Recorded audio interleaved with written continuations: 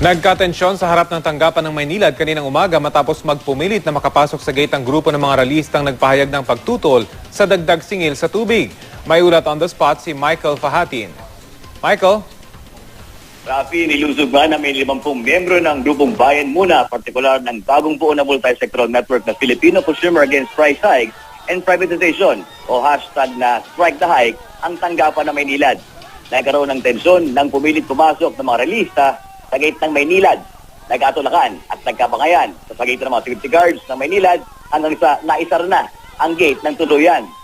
Bit-bit ang mga placard na nagsasaad ng pagtuto sa singil sa tubig at mga kaldero na pampaingay para gisingin umano ang mga opisyal ng Maynilad dahil sa pasakit na dala sa mga mamayan.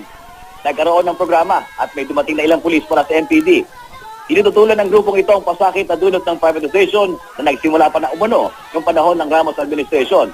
Ang pangako ng privatization na magandang serbisyo at mas paunlad na pamamayanan ay isang kasinungalingan lamang daw. Dahil pataas lang ng pataas ang presyo ng basic services tulad ng tubig, pasahe, edukasyon, gasolina, kuryente at iba pa. Batay sa mga pag-aaral ng bayan, hindi talaga nakakabuti ang privatization ng basic services lalo na sa mga nasa third world countries. Ayon sa convener ng Strike the Hike na si Cora Agobida, magsasagawa sila ng malawakang signature campaign na panawagang pagtutol sa privatization at walang patinta pagtaas ng presyo ng basic services. Palagatasan lang daw ito ng mga kaibigan ng Pangulo na nakikinabang ay ang mga mayayaman.